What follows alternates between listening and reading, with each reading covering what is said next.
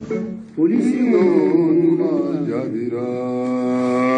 arajo inure fami bikonoto anani tomi murumuru duru abu amela selike ni watina kabo jala koro jikon mani ale wordala anyuro fo kono bo nyana wole sira o te dore 76 33 43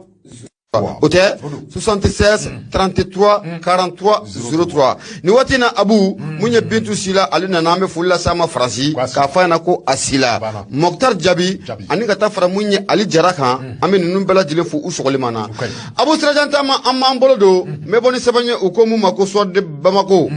wula otewa abu safna jara kanyeshi munye criminalité o keleli manga jamana kornala ani ka tafara munye bandi bow no de bezomba kulo kofo sekata la ku bolo takada uko ibina ka foko wulika joko ablala sienga munye garde nationale ane ba pour cela ko fo kata fra munye gendarmerie kan abu safna jira ninkele ka jakulu saba uyu bolo ka dinywama sukele no de kera mu décembre ko kleta ane saba samba fla ane samuga ane fla o te kuna shini yowa tarata do décembre ko kleta ane saba samba fla ane samuga ane fla ibina ka foko seba ningala o deye munye Yusuf Konate ayira ka fo ko munye bandiya koni ko anyonyo no kosobe ni sanlaba ina anga jamana okonna ula odokum konna la ibina ka fo ko munye bamako anano ngandugu abu safna jira ko dabe mawye suna koni ko ote mawye odokum konna la kibina ka fo ko munye police national ale wulika joni chasiri ko bla singa karanga la munye commissariat mumbe nanka ma commissariat de police de l'hippodrome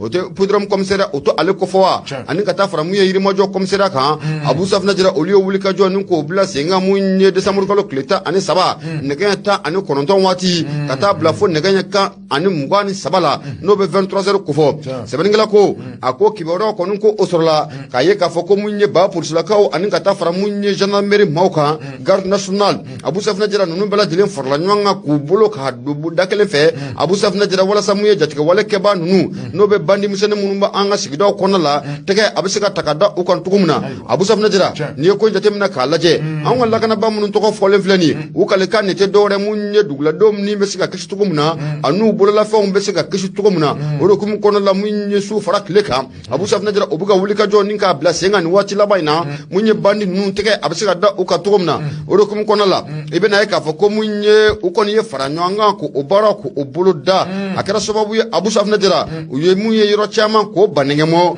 yoro chama uyu shelaka do yin kono lay abu safna jira akoni operation belebele munna akara garde national ani police national fe ani fokata fara munye gendarmerie mauka akara sababu ye munye mabisaba ani kele nyona ma keme ani mabisaba ani kele ma keme ani mabisaba ani kele abu safna jira ko tege ko atara ka do uluka ulu bela jele sigana ma o ma keme ani mabisaba ani kele na abu safna jira ibena ka foko munye musutan oba ala wa ibena ka foko munye bolma fe sinfla o muga ani kele nyona oba ala ani kata fara munye jemu be nanga mako je casino abu safna jira uyo fla ko trabaso katanoye ani mi fenjugu mumbe nanga mako cannabis abu safna jira ibena ka foko o chaman fena ko otara ofe abu safna jira no fena boray ibena ka foko nunu wulika jo chaman konke ni directeur général de la police nationale inspecteur général de la police nationale ote Suleiman Traoré wa ayira ka foko ni wulika jo kunte dore munye bandi musane mununu banga sigidawla ni watina ubisika wulika jo ne chesirika ka tike kanuka adaw kontumuna yan uka dankar maula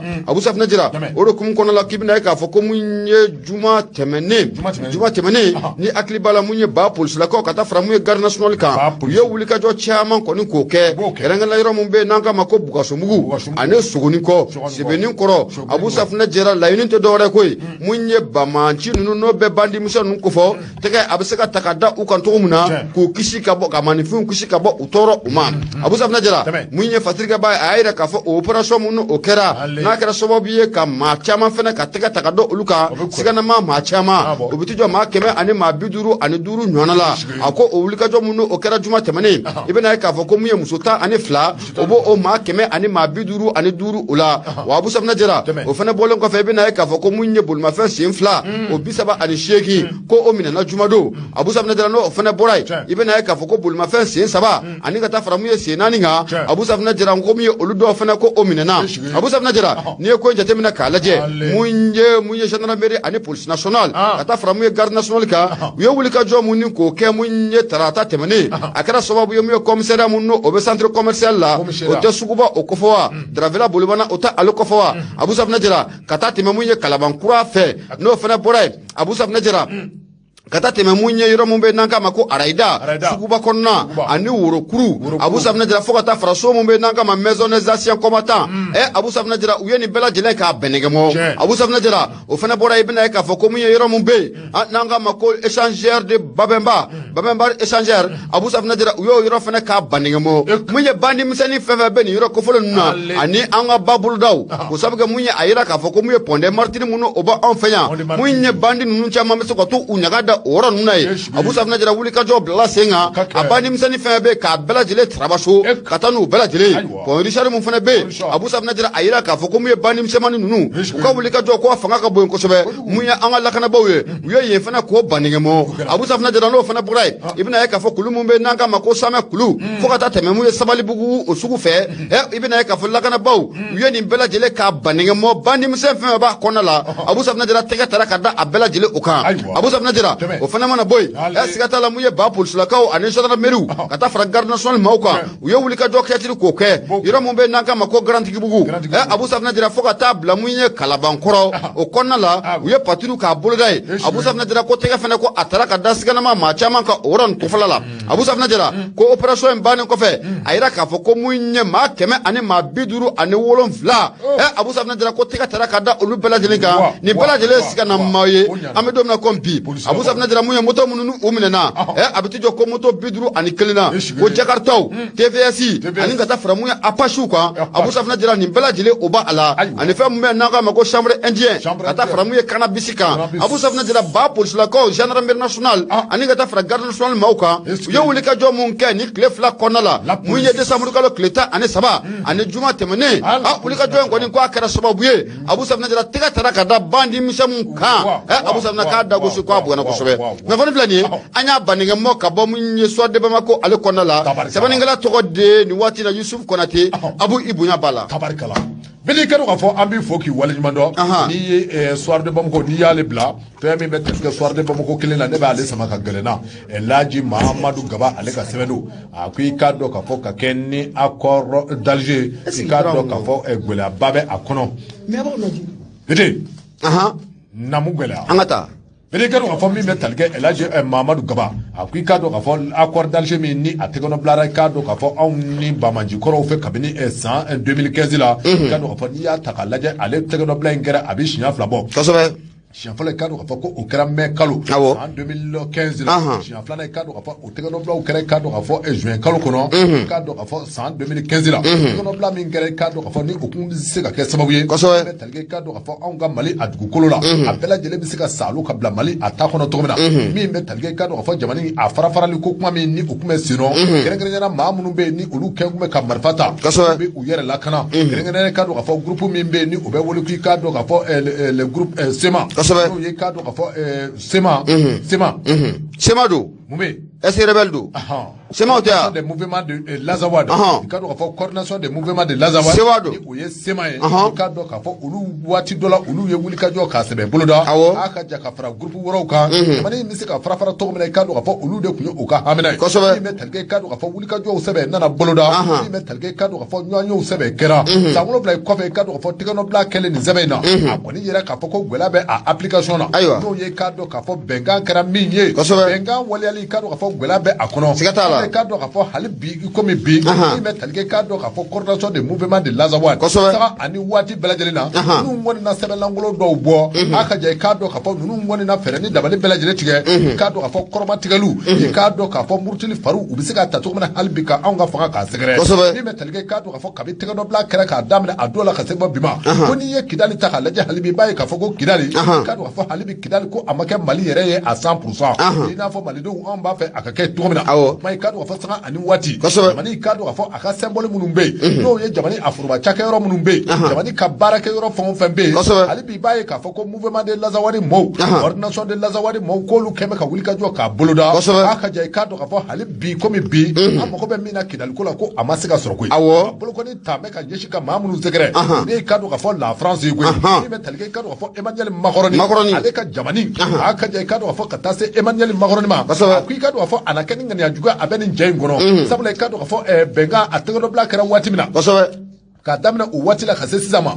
ani wati mi metalge ex rebelu la mi metalge kadu fa sema maula nunu ngoni be sanga ani wati abina fo ma be nunu njugoro ma tindi na wati bela jelena e ko jugoro ma tindi ba te français di français ko di keme ka wuli ka jo ka boloda sanga ani wati mina ni ani nunu nganga be ka je kadu ka fo mi metalge kadu fa bela jeleme akalama ka fo rebel kele adam na wati mina en 2012 2013 wati mina kadu ka fo français la ko unana kana demain ka taka anzegre ka bela jele ya ye ka fo wati mina kadu ka fo anganga fere ni dabale bela jele tige anga soro su bi siga ta choko to ko mina kadu ka fo kidal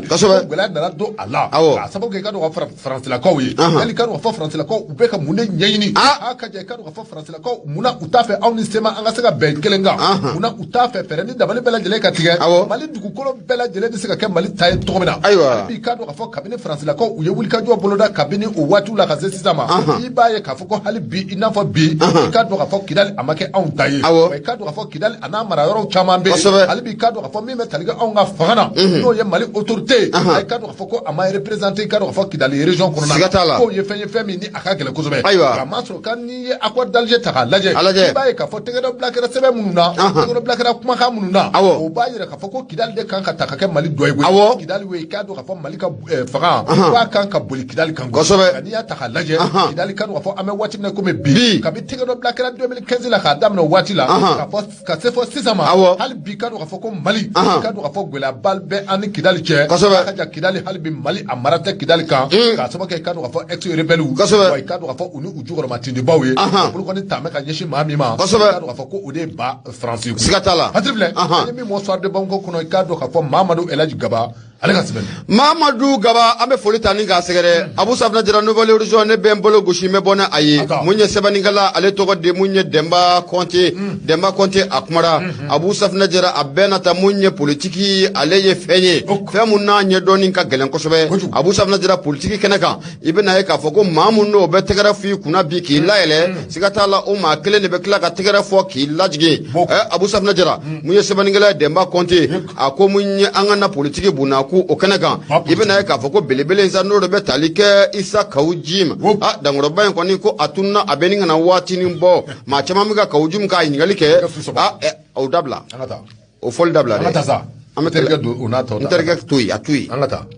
nyatui atui kana fen fode nyatui Abu Safna jira ibena ka foko munye Isa Kawujim sigata la munye anana parti belebele do ko sigi senga parti munanka ma parti appel citoyen pour la réussite de la transition damo son kuna nanka ma ACRT faso kawole Abu Safna jira gabeni ngana wati ni bo Isa Kawujim ma shita tawrodo anye aradaru ko ninka blaka ka Isa Kawujim yini jian fambela jire fe Abu Safna jira Isa Kawujim anta do abeyro muna Abu Safna jira ko Isa Kawujim ni ya jitemna kalaje ni kunye maye mamune akakuma kunwa chan kosobe jamana yere akanyetala ibena ka foko mamu fana na ye wuli ka jo chairman ko ni ko ke munye laji budoma fama obose ka dafri to kumna nga Abu Safna jara abeni ngana wati jan fani bo ma chairman ko ni ta do ni che ko fole no be Isa Kawujim ko fo akako yera abeta bolo jumene kan ko akala sababu ye ka ma chairman ko damala kamana ga wa me domna kombi ma chairman keleme ki yere nga Kawujim ko Abu Safna jara ko abena bani to ko na wa Abu Safna jira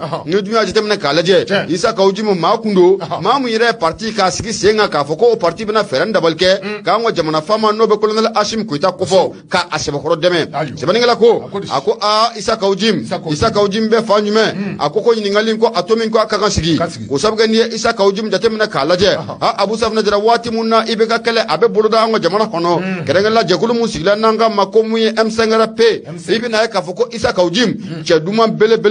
ibena ka fo isa kaujim mamundo atesira isa kaujim abu sabna jira ibena ka fo mamundo akunga farin kosobe wani emsengara pere jetemna kalaje isa kaujim ye kele munin ko ka akonala abu sabna jira o madugo malideshila ako ngabe ni na watini bo nin che ko felen ko ni abaka dade konala adese nunu ka kuma wa akoni ko atika kuma abu sabna jira isa kaujim wati muna ibika kele abe boloda anwa jabana kono dangroba yin ko aye kele chama kono ko ke abu sabna jira munye kuna fondise ba munye kere kata fara munye faso kwa kuna fondisira ko ibina ka foko sanga wati bala jile be kuma fera de ka isa kaujim ka anyininga abu sabna kaujim ibina ka fo isa kaujim adoni ngama akara kle abu sabna jira isa kaujim adoni ngama akara kle akara norai ko sabga munye ma chama ya ka foko ni chenye mamuye abu sabna jira akafari chefari odo abu sabna jira isa kaujim ira natuko politiki buna ko ngada kan ya jitemna kalaje anana munye jakullo sigi senga jakulu munanga ma coordination des associations et sympathisants de l'imam Mahmoud Diko damu so akmala nanga ma ko semasi o jakulu onana sigi senga wa ibina ka foko o jakulu siga tala ko isa kaujim ayra kan inshela politiki buna ko kanaka ko anana munye imam Mahmoud Diko ale ka sira fe o sabga isa kaujim adoni ngama ayira ka foko ale imam Mahmoud Diko o ka porte parole abu sabna jira muye sabani ngala ko ako ali bi ko nga siga ko doni ako munye wuli ka jomu na sabatira senga emsenga pefe wala saka laji burama fanga ka adafri ibena ka foko munye jakulu sababu no farla nyanga anga mako MK mouvement espoir malikura aninga ta fara munye FSD ka front pour la sauvegarde de la démocratie ani semasi Mahmoud Diko abu sabna jira ni jere jakulu sabade farla nyanga ko sobe ka wuli ka jo ka boloda wakati bela jele juma do en fait an meta juma sele muye boulevard de l'indépendance au camp abu sabna jira munye sabani ngala ayra ka foni yakli bala juma do no bela junya kalo kle duruma samba fla ani samwa e ibena ka foko muye boulevard de l'indépendance a fara tay ina falara bolomba ko sabga munye M5RP akoloba konko o karla odo abu sabna jira ngakabi o wati fogana bla bila ibena ka foko ni dangoroba no do betalike isa kaujimuna mata do isa kaujim akako ere abe tabolo muna mata do isa kaujim abu sabna jira akako abe bolomga ako ibeka kala wati isa kaujim ke chego ko sabga doni mun kama abe foko wata seben fradi ibeka makuluba kata seben frada makwa ka baraka bla ko ibeka ka demsone mamun tra seben fradi ado abu sabna jira ko sikatala isa kaujim akmo maula ma saba mun dilegila kata isa kaujim chedu kata di isa kaujim ka mula mena mi fie je kunune parce que ibaro M5 ko be sino kuma mina mami yere be se ka microta korfo la ka afo amajade anga kunshi wer chamna anga kunshi aéroport la ngap ma bebia o foba abia oba ko nayo abia sikatala de o foba te bana ala isa kaujum eske 80 vice ne yiri bina baso be kula abu ndeba konde ayira ka fo bolen flaki dado femuna adoni ngama muye isa kaujim ale de ya fo muye manifestation anga ta muye radio diffusion télévision du Mali Wartam angata yemine no boray assemblée nationale abu sabna jira ko angata yemine mamu yo ko fofo ibeka klewati siga tala ko isa kaujim du abu sabna jira ibena ka fo ko ali no ya so ko gele ko ni ko oyero konala ko sabga mauta kun o te kele abu sabna jira ibena ka fo ko mi isa kaujim adoni ngama akuma kadu ko sobe mawye yo to ko dala ango to ko mako numéro 10 abu sabna jira ko M5RP numéro 10 ko ye isa kaujim abu sabna jira ibena ka fo ko mi isa kaujim siga tala munye fanga inda frilen ko fe isa kaujim akoni nana gera munye jamana famala no be colonel Ashim Koita ko fo isa kaujim siga tala akara isa Ashim Koita akaro ka porte parole numéro folere siga tala ma folo munya bo dahono ka fo ko munye anwa jamana fama no be Ashim Koita ko fo ka ki kamo ko le ba deme siga tala isa kaujim do isa kaujim ay korfo ko karada gela male ko mafo ala abu sabani ngala ko ako munye kanga ko mana ka tugo munye konani ya ka bako jugu abu sabna jira aba fanci po wuli bali de awo kononi fa yega be ko jugu ibi fa atibo karla kandena soro abu sabna jira ngaibe na ka foko watu nana donwa ngono munye isa kaujim ale na nga jamana fama no be kolonel Ashim Koita kofo uka yeta o mana kekele o sabuke isa kaujim ay referendum na ka geraniye ne transition o be burja to muna abu safna jira o be burja te o ya so mu isa kaujim jawra o ba bolo mu sente o konala abu safna jira mu nye isa kaujim sigata la dongro banye atara turu gelen konin ko to che mu ye be mo kura kasubu ma kono abu safna jira ka ba bora mu ye be mo kasubu ma kono ibna ka fo isa kaujim abu safna jira ma chaman koni ya ye ka fo ko abaka dedo konala watika kuma abu safna jira abole mu nye be mo kasubu ma kono isa kaujim akilla ka fo ko abna ta sigi sente kono jamana fama ya to la duro ka kera ko bo hopi tandali isa kaujim a remplacé Isa Kaujim à la maison. Abu Safna jira akoko kera sababu ye ka furu yera koni ka sapeo mu ye jamana fama ani mu nye ceda buranga Isa Kaujim uni nyonche Abu Safna jira akoni ye magar ko baye sebani ngala ko ako sikatala na amballa ka Isa Kaujim ye ka vesi ka boka yelema ka ka vesi blamunye cadre de chaîne de parti le regroupement politique pour une transition réussie kona amballa ka ye Abu Safna jira kwa kana balimala Abu Safna jira ibna ka fo ko mu nye Isa Kaujim kabi doni min kama akunya ka kusoni kasauche kwa beta munye Franci ibana ka fo ko munye da khoni o soranye aéroport international la Isa betami ibetami segi ni ka valise comment ibetami ama fi kana tebe yinga yi kana tebe akay Isa Kaujim segira akay iterga doge ablaya ne munda Isa ka mabise ka da munda Isa ka akaita Abu Safna jira ibana ka fo ko kabo doni ngama fo kana bila Isa Kaujim akoni adda de la akomunye sabani ngala ya ira ka fo kunun koni no benna arabado mando be desamru kolo klita anani ko fo Isa Kaujim akato mumbe nango ma ACRT faso ka wele oli otonde no koni ko onyininga o ya yininga ka fo ko kabi dangoro ban koni ko abora mun afrasi takala kabi da koni ko odaturo anje ko dangoro roba koni ko abora politique buna ko kene ka ko koni sembo politique la PPP ame domna ko bi ko sabga ko mu soma wiye demo yo kumara fe ko Isa ni ko meto ko na Isa fera ke ga politique ka ye ka to igata butuki ko abana ata butuki ko na yawa sabani ngala ko marché be sisa ako kibara laba mu no sorola ko Isa Kaujim abina fo ni wati na ka be France jamana kono o kibara laba sorola ako abeni ka vérifier de Aïwa. Il serait actuellement en France. Il serait conditionnel. Voilà. Abina Fabe Ati. C'est pas bien vérifié. Ok. Abu Safna jira kuna fono ngoni flani anya sama ka bamu ye nouvelle orzo akono o article lebu bolo article lebe abu fa Isa ka mu fobli Isa Kaujim abu fa ka mu fo article be ni kuma article lebu bolo article be ne ta kuma de abana kora kana kuma de n'ala suna petit kadu ka fɔ bamananw b'aw fɔ ko muruni tan da jakojugu laba b'a tan fara koyi a b'a fara ni n bɛ n bolo don ne bɔ ni sɛbɛn min ni o cogoya ko le soir de Bamako i k'a dɔn k'a fɔ ni dabɔra Isa Kaujim ale ka kuma na i k'a dɔn k'a fɔ o bɛ tali kɛ politiki a bunakun kan kosɛbɛ min bɛ tali kɛ i k'a dɔn k'a fɔ a yirala k'a fɔ n'i ye anw ka jamana in politikimaw ta k'a lajɛ maa minnu bɛ yen ni u ye san caman kɛ i k'a dɔn k'a fɔ anw ka jamana in bolo kosɛbɛ min bɛ tali kɛ i k'a dɔn k'a fɔ démocratie fanga nalen maa minnu bɛ yen i k'a dɔn k'a fɔ ni jamana tun bɛ u bolo san 30 san 40 kosɛbɛ i k'a dɔn k'a fɔ jamana a tora lombo laba la saga ani waati i bɛna ye k'a fɔ waati o waati i bɛ taa kɔni o bɛ kɛ anw ka jamana in kɔnɔ a sababu kɛ i k'a dɔn k'a fɔ démocratie a sin bɔra maa minnu na a sun bɔra maa minnu na i k'a dɔn k'a fɔ ni jamana kɔni i k'a dɔn k'a fɔ ni a taara ka kalifa olu la olu kɔni b'a kɛ bafa ani kili cɛ i k'a dɔn k'a fɔ jamana in marako juguya min tɛ marako juguya o bɛ sen nɔ min ye faso a wari duni ka faso wari k'a buruja k'a kɛ i k'a dɔn k'a fɔ du kɔnɔ ko ye min bɛ tali kɛ i k'a dɔn k'a fɔ fɛɛrɛ ni dabaliw bɛ se ka tigɛ cogo min na kɔnɔdenw yɛrɛ an bɛ se ka fɛɛrɛ kɛ cogo min na ani a bɛ se ka taa ɲɛ cogo min ko o de tigɛ anw ka politikimaw fɛ min bɛ tali kɛ i k'a dɔn k'a fɔ an bɛ waati min na komi bi maa de bɛ i yɛrɛ ɲininka i k'a dɔn k'a fɔ transition min bɛ sen nɔ transition min bɛ sen nɔ o ye camanjɛrɛ fanga ye camanjɛrɛ fanga min ni a kɛra banfɛ ye yali i k'a dɔn k'a fɔ maa bɛ se k'i bolo turu nin politikimaa jumɛn kan bilen walasa i k'a dɔn k'a fɔ ko jamana ɲɛmaaya ka se ka ta ka kalifa o la n'i ye nin politikimaw ta k'a lajɛ o ka ca kosɛbɛ a daminɛ i k'a dɔn k'a fɔ an yɛrɛ balimakɛ la Sheikh Modibo Jara ka taa se k'a dɔn k'a fɔ min bɛ tali kɛ cɛ jɛma in tɔgɔ a ka cɛkɔrɔba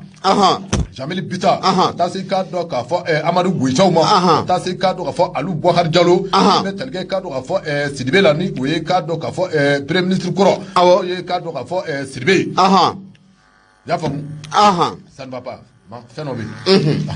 Angata. Ayo, mi metalge ka do ka fo alu Boubacar Diallo ta se ka do ka fo Muntaka Taluma ka do ka fo jamani ngono politique ma famo fembe ka do ka fo ni olu ye politique ma ye abise ki yere nyinga ko jo mi se ka ibolo turu nunu na ka fo transition mana banko olu na ke fanga a nyama ye sabule ka do ka fo kabi wati dola ame wati mena comme 600 jamani ngoni ni ya taka laje ka do ka fo politique mo ma nyinga banku ye jamani ma chama ne be munu mbi nyinga ban politique mo ye ma ko ma de bi nyinga yere nyinga transition bana jo de bi se ka taka ken nunye sabule ka do ka fo wati dola kono de red do kundara kata fo ko mi metalge ka do ka fo mamunu ni olu be transition na 600 no be talge ka do ka fo asimi gweto wula ka do ka fo ko haka ja hal ne transition ngara babaye fere ni dabali bela jele ka se ka tige wala sai ka do ka fo olu ku kamoto mina sabule ka do ka fo bela jele nyebe ala nunu ngebe ka wuli ka jo mi bolo da jamani ngono jamani nyeta kanu mi be nunu na fere ka do ka fo nunu be fanga kuna 600 jamani akanu mi be ula jamani bu ka mara to mina jamani kono de do kon tara ikado ka foko uluka la unity dore ikado ka foko ferani dabali bela jele ka tige ikado ka fo mi metalge asimi goito la ka se ku présenter donc ikado ka foko ni ya ta kala de transition kala ba fe ni ya onga politique mo ta kala je ma te mi se ka kala turu nunu na ble ka foko ikado ka fo jamani akata ka kalfa ula ble ma ikado ka fo jamani kono de famba ka hagla miye de ikado ka fo ferani dabali bela jele ka tige aka ja ikado ka fo mamunu be fangala ni watina ali ne ayatro transition bana ikado ka foko uluku présenter ka fo idabora ka se o korofo ma ni metalge ka do ka fo asimi goitaw la olu bi se ku présenter to mina ka do ka fo ni ya ta ka laje triba akui ka do ka fo anga sika ngo doni wati mina ka do ka fo ku de tabe ke ka do ka fo baba Musa Traoré la Amadou Toumani Touré fait en 1991 watu la ka do ka fo ko Amadou Toumani Touré olu ye ka do ka fo transition mara to mina ka lo temps ani nani ka do ka fo jamani u ya bla raika jamani u ya bla siranyuma kan o de sababu la ka do ka fo jamani ko de chaman be olu nya kanu ka fo terene de bali bela ka tige Amadou Toumani Touré olu ka se ka do ka fo kana fanga kono ma ka do ka fo o baro kera o ketugo la sabula ka do ka fo o wati transition aye bara chamange ka me wati mena ko bi ma munu be transition kuna ma chaman fana ka hakila ka do ka fo Amadou Toumani Touré o ta ngera ketugo mina olu fana be se ko fero o tiga tugo mina o do ka fola mi metalge o fero be sena ka tige doni sabule ka do ka fo ni ya ta laje o wati mina jamani kundigi asimi goita a sona ka sara wati do aka sara musaka do ta ko do ka do ka fo chateau ko la ka do ka fo ko ni ya ta laje chateau dama mi segi sani ni me anga jamani kono bi ka cha kusobe o ma do ka fo la ka do ka fo lala a do la Amadou Toumani Touré o ye wale aminge ko anakeni jamani kundigi u ba fe ka o fana nyango ko ladige aywa sa ka fo la ko ni ya ta laje jamani kono de chama be munu njigila limbe sabule ka do ka fo ni onga politique mo ta laje abina fo fangate ula ble sabule ka do ka fo politique man nunu bina fanga kono to mina ubin dépasser minke ubin musaka min do fanga nove nu nana ni metalge unu somo ula ka do ka fo ubina kana unyeshi olu damana ni metalge ka do fo jaman kono do mi se ka lafiya to mina ko uti baraka ni uyide mai ka do ka fo ni adjaman ta laje bi jaman famba be surasu ko fe ka tme ka do ka fo politique mo kan sabule ka do ka fo sambisaba sambinani ka do ka fo jaman be olu de bolo ka do ka fo lobo lamba ni be tanke furuba wari abi burja furuba wari abi dun ka do ka fo muso ani deun olu ba dun do bela jelena ali le lalew fo ka jamani kai ka do ka fo ka jamani ka bla assist ali u ka le lalew oui mais le lalew a dogole u bi chama mbulu de le lalew awo anya fo yake le lalew an todo eti le lalew do eti le lalew do eti sinan no an todo ete dino no do ndo wallahi comme wallahi bado do be bulu no mu atemolo de kana galna lelale eto do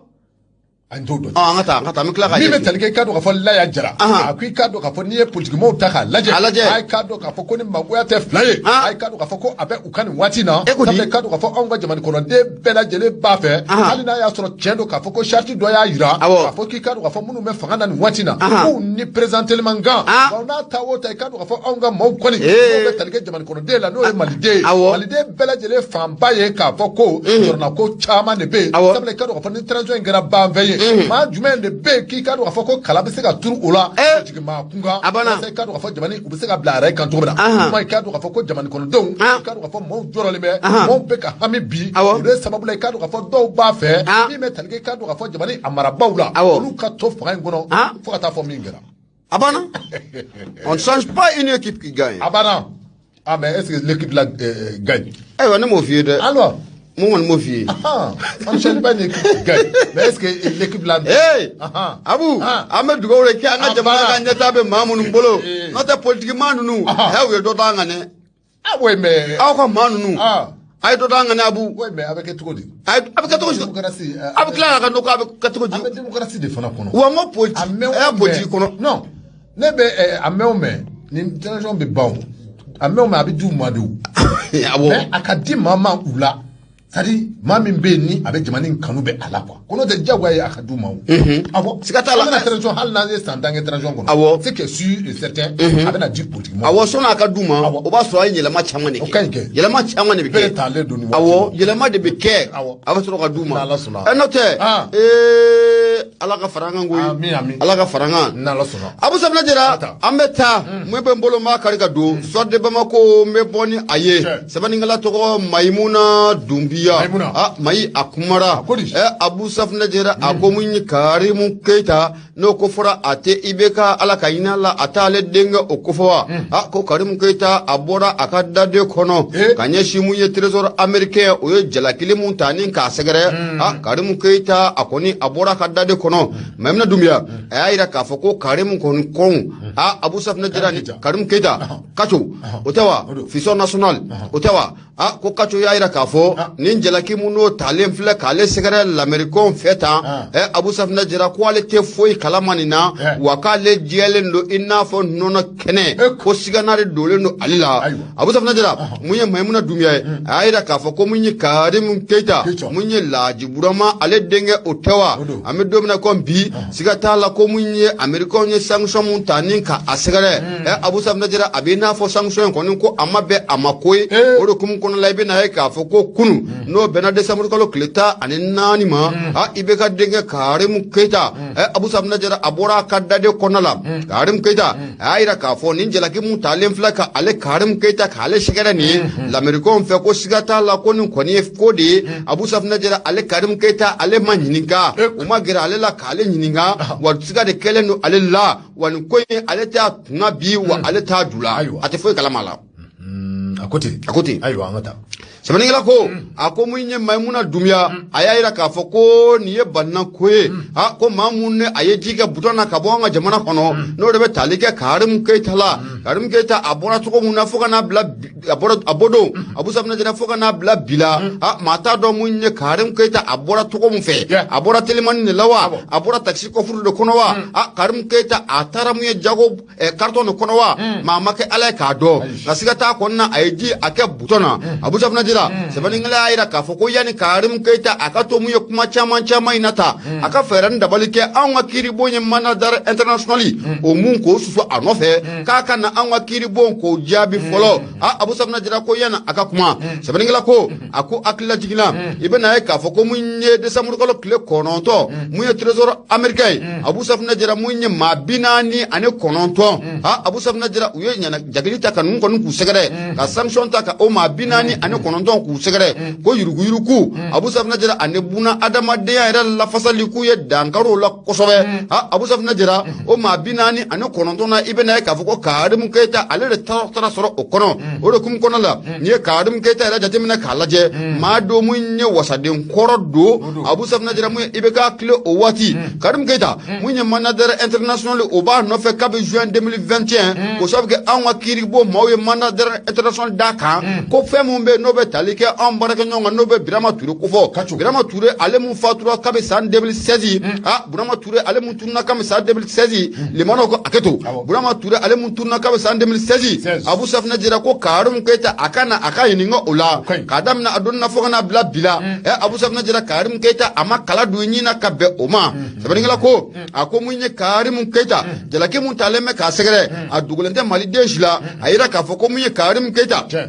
l'américain ko yuruku Abu Safna Jara anin ka ta faramunya bunanda badya ira ka dankaro ula ko karim ko shimbo la kosobe oro kum kono la mu l'américain ko ni ira ka foko jago ko ni usrafe ko le karim ko ntina je ka bara ke nwa fe abada Muhammad to ko be ni koina Abu Safna Jara ku ni tira je ka bara ko ni ke nwa fe tusla ka ko ni ka atosinshi ibena ka foko l'américain ko la sigide mu no oba amfanya Abu Safna Jara ale ra fene bora ka dade kono ko ni ndwa kun damene kono la ale ira ka fo ni mun talen flaka karim sigarata nabe yuruku kofo Abu Safna Jara ka mau kusani mau nyonye ko sigata la ko akera fanga de kono wala ma akera fanga de kofe ko siga konta la ko bara kono ko okera munye oyaira ka fo ko munye l'américain Abu Safna Jara ku ye wuli ka joni cetri chama ni ke ka siga siga le chama ni ko oboloda Abu Safna Jara ku wasro ka ni jabi ko ni ka aboka bi Karim Keita aka na folo fanfe be ni wati na ko abe bangu kono la États-Unis jamana na Abu Safna Jara ku na bela jelen ka clé kala no fana bore ko ala kana ci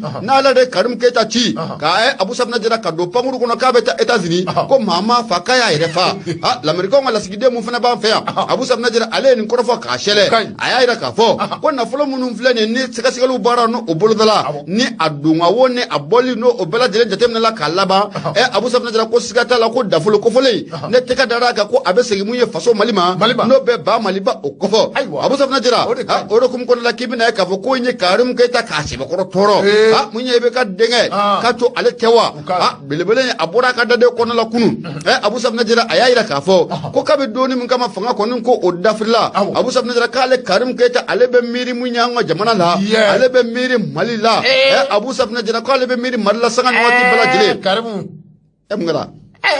ko ale be miri malila abe miri malila bi boli kuna afana ta yemu imaka bolu ni bi miri fasola kana bo amana gela togo hal nu yikiri ki jote ala son ka fo ki jota ala ni bi se ka minga iboke war munu be l'Amérique jamana ka akolu di doro ka delike vraiment ko puma mi mesino ka jongo la doro ka fo okera na be gladu ko ma be gladu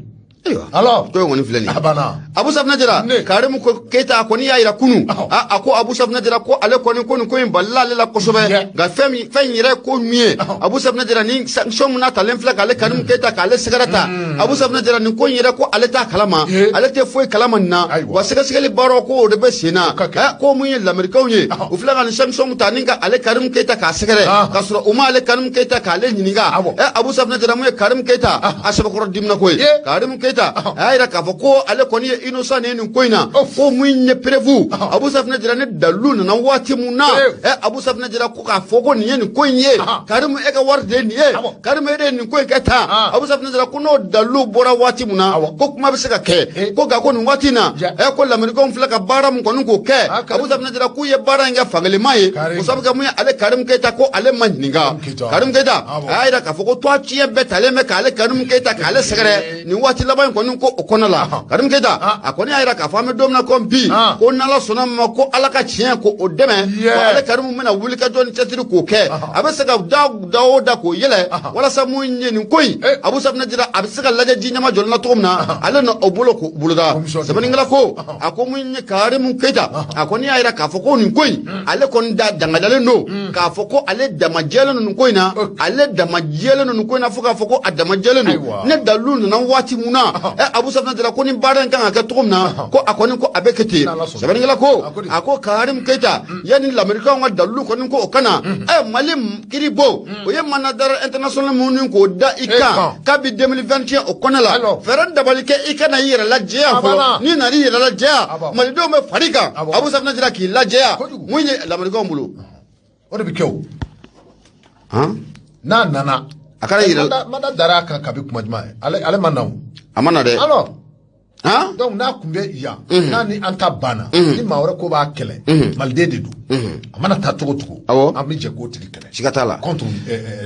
Karim kuna foni flani Abu Safna Jara angoni ya sama ka bo mu swade Bamako ale konna la sebani ngala togo de ni wati na maimuna dumbia Abu ibunya obala bete angata ameta suku kono kana sikatala kenale du wasolo ale anjigi munye Badrissa Keita kenale du wasolo konna la ambana Jakulu ka foli ta ni ka sarada ka ɲɛsu u bɛɛ lajɛlen ma kangale wasolo numéro 1 Abu Safina Jara ale filɛ nin ye ni bɛ taa jalakɔrɔji yani ka se jalakɔrɔji mairie ma i bɛ numayan fan ko lajɛ ni waati na mun ye Jalo ale dalen bɛ yen kɔnɔ la n'o fana bɔra mun ye kangale wasolo numéro 2 ni taara Jamisabugu sirajan kelen ni y'o minɛ ni tɛmɛna gendarme ka poste la i bɛ kiniyan fan ko lajɛ kangale wasolo numéro 2 u jabala o bɛ yen Abu Safina Jara mun ye Keita fitini ye ale dalen bɛ o kɔnɔ la patron yɛrɛ sa n'o bɛ Badrissa Keita ko fɔ an bɛ foli ta ni ka sarada ka ɲɛsin a ma radio ye Nura FM ye hali bi kunnafoni bala an b'o kɔnɔna la Abu sirajan taama o don i bolo kari ka don joona an ka taa Edikari wa fone ben bolo do woni sebe min ni o joko l'indicateur du renouveau ugodi Y Dumia ale kumana akodi de akui ka do ka fo mi metal ke benka mi ni o temena école maître ni ka do ka fo gouvernement ani nyanje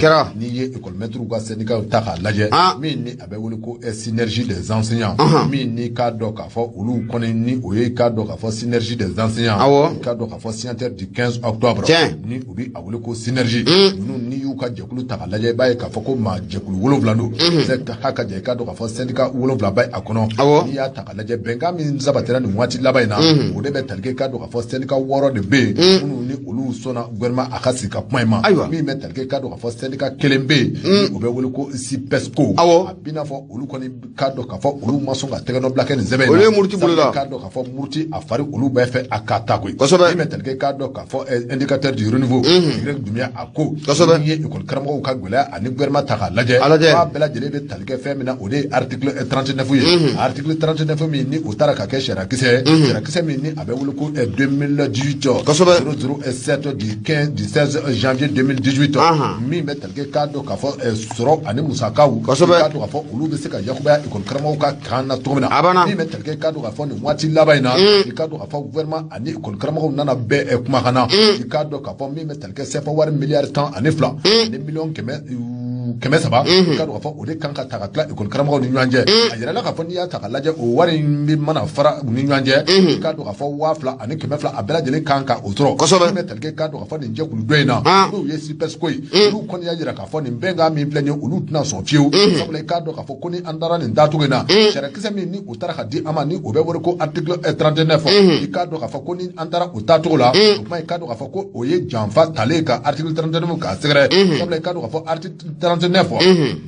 kui ka do ka fɔ loi de do min bɛ talike ka do ka fɔ sariya kisɛ do min ni a taara ka di école karamɔgɔ ma ni a article ta k'a lajɛ k'a sɛbɛnnen do i k'a dɔn ka fɔ farankan o farankan n'o taara ka i k'a dɔn ka fɔ mali fonctionnaire sɛgɛrɛ ka kɛ ni k'a dɔn ka fɔ article ale ka taabolo ye article 39 taabolo ye a ka kɛ k'a dɔn ka fɔ école karamɔgɔ minnu ni olu bɛ k'a dɔn ka fɔ enseignement secondaire bolo kan minnu ni olu bɛ fondamental bolo kan a ka ja ka se préscolaire o bolo ma farankan fɛn o fɛn ni a taara ka kɛ fonctionnaire tɔw kan i k'a dɔn ka fɔ ko olu fana ka article a kan ka don o hukumu kɔnɔ min bɛ talike k'a dɔn ka fɔ o de taara kɛ sababu ye gɛlɛya belebele nana don i k'a dɔn ka fɔ école karamɔgɔw ani k'a dɔn ka fɔ fanga ani ɲɔgɔn cɛ a ka ja i k'a dɔn ka fɔ baara bilanjariw olu sɛbɛn bolodara nka i k'a dɔn ka fɔ nin waati laban in na i k'a dɔn ka fɔ école karamɔgɔw kɔni y'a ye k'a fɔ k'i k'a dɔn ka fɔ an bɛ waati min na gɛlɛya bɛ jamana kɔnɔ a ka ja i k'a dɔn ka fɔ transition o bɛ sen nɔ min bɛ talike k'a dɔn ka fɔ crise économique la o bɛ sen nɔ min bɛ talike k'a dɔn ka fɔ crise sécurité n'o ye lakanabaliya ye ninnu bɛɛ lajɛlen ye gɛlɛyaw fara faralen bɛ ɲɔgɔn kan kuma a ka kan i k'a dɔn ka fɔ an ka jisuma kɛ an koli ji la kuma i k'a dɔn ka fɔ gouvernement kɔni ni ninnu kɔni nana sɔn k'a dɔn k'a fɔ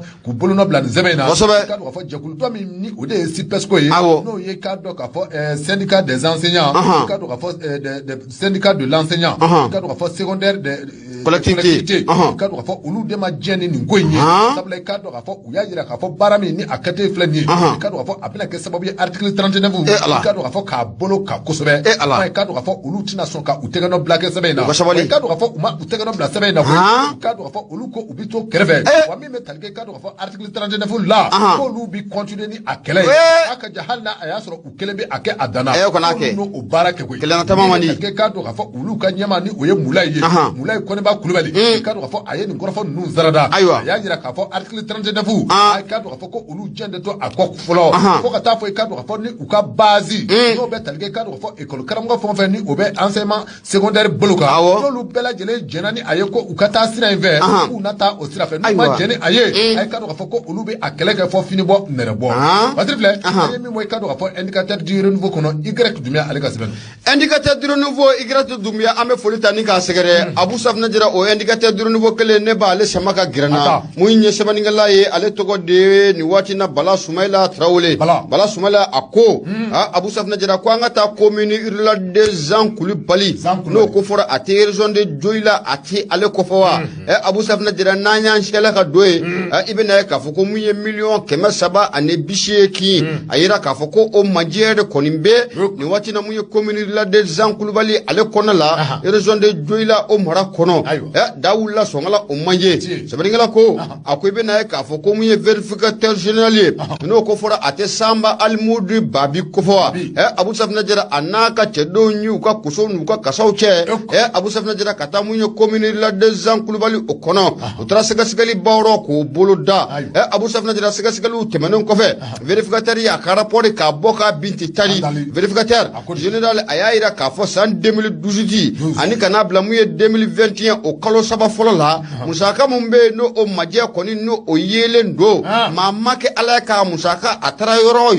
o de bitu Joseph war million kema saba ani bisheki ana ku ngave sebeningela ko akoy be na ka fo ko munye vérificateur général na le koni ka chedo nu usurutula ika chakeda o konala Abou Safna jira ku ka munye wo musanu ka abela jele ka tente ka laje Abou Safna jira musaka munno be do e ka chaka yoro la ani musaka munno obe bo Abou Safna jira ube ni bela jele ne za balansi la nin ka apeze ka jetemine ka laje maje bi yoro munna Abou Safna jira o sina kan yira joti o de kum konala uyaye ka fo ko munye commune la de Jean Koulibaly san 2012 kana bla munye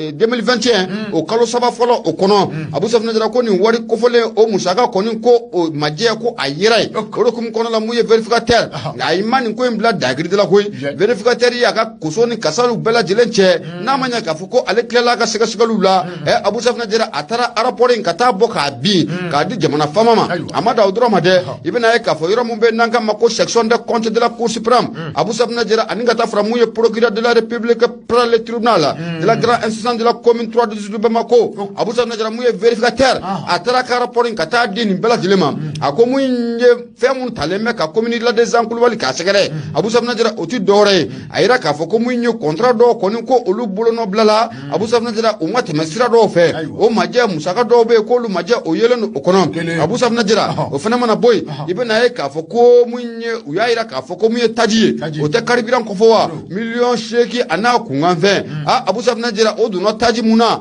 o na ke munye bargon chamaine Abou Safna jira o fana maje o be vérificateur général alibi ayayira ka fo ko munye dépense langolo Abou Safna jira ko o fana chama ne kera ko ni yoro ko fulen ko la dépense langolo muna amusaka dépense ra madnyedo amado aduna fe mun dafe Abou Safna jira o manyedo o bitijo munye million bisaba ane saba Abou Safna jira ana ku nganfe vérificateur général alibi ayaka sigalu baro nunku ubuluda Abou Safna jira ayaye ka fo ko muye marché do ko nunku ubuludala muye commune la de Jean Koulibaly o kono Abou Safna jira marché nunun bela jile waru sarla ka ba gaira ka fo ko muye marché nunun ko abaro ko amase adana maja mumbo o konala abitijo million woro ana ku nganfe Abou Safna jira ko ngacha mfo ka fo ko akacha gani ya musaka bela jile faranonga vérificateur ka fola ka betijo million kema saba ani million bisheki Abou Safna jira o nganfe Allah o de kum konala vérificateur aya layni wunye commune urla de Jean Koulibaly monsieur le maire ale fait monsieur le maire Ako monsieur le maire Abou Safna jira muye vérificateur général ka fola akona manya ka foko abe sugu blon ni ko boloda muye meri kona la aka fereke aka bela jelen ko damakenye muye sugu blon bela jelen ka damakenya ala Abou Safna jira no fana boda ko muye anwa dugugolo ko muye sariamu no otalemo okan ko monsieur le maire aka feran dabalke Abou Safna jira ako olabara vérificateur général fana bolon ko fe ayal layni aku ka feran dabali bela jelen ko ke nyamu saka munno ko folen Abou Safna jira akoy ngoni me bolom ga sikata la unata anko kata asense kata anjetemna ka laje Abou Safna ngana kishi na ko ne taka ko flage muye pour la droite maire na kishi monsieur le maire na kishi ni ngoyno na taka ko flage pour la droite kishi mo fiye de ma jete taka ko flage ke khatemea awo commune zankulu awo alors ya klikadi de ya klikadi awo Abou Safna jira vérificateur ko na ira ka fos commune la de Jean Koulibaly ko région de Dioila million kema saba ani million bishegi ça c'est trop ça o ka dogone ara ka dogo do bolo commune ba commune ba tede commune te min bonne afra ko war mi me ka dué ça c'est tout on a tanya fo mi vérification école so ko problème te achama école dum bako tem bala docteur so min be o ro la o mako te fe dola million ke ma shabab me mako alors ap me donye joni jom munu nya du wabo nata boje ne kan ubuta boje ne kan abu sabna jira be kuna foni amba banenga mo ka bla ya ko sabuga muye wati sira ganyana ngabo abu sabna jira ni kuna foni ame munda munye kenaji ka bela jilen kulo kan bon fa mumbe nanka mako enjan kone adenga mumbe ni wati na naka juru naka fan ko sobe abe che kuma maw abu mine o de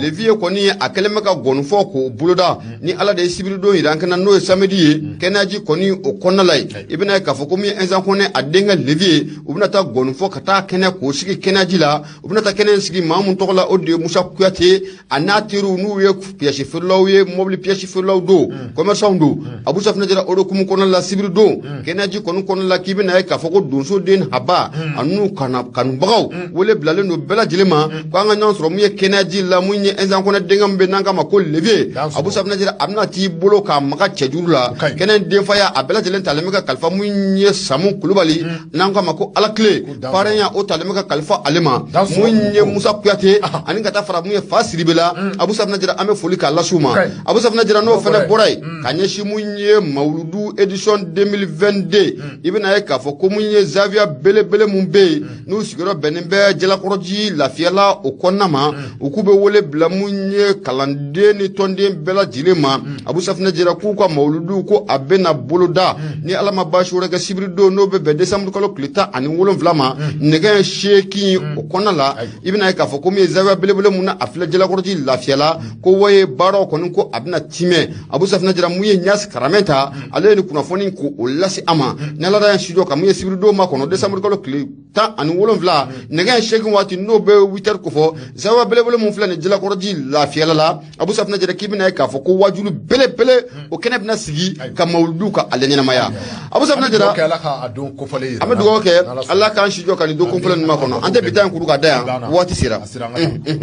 abu wati sira muye kuma so ngal fla no Mamadou Adama Maiga fame fulla sama ina rama fuli bela sima yakuba gindo jibril jabati foka na bla muye ne ka kata fe Yusufu Sugo ni wati na okuma lebulu Facebook sa Burama Traoré mam kamara mo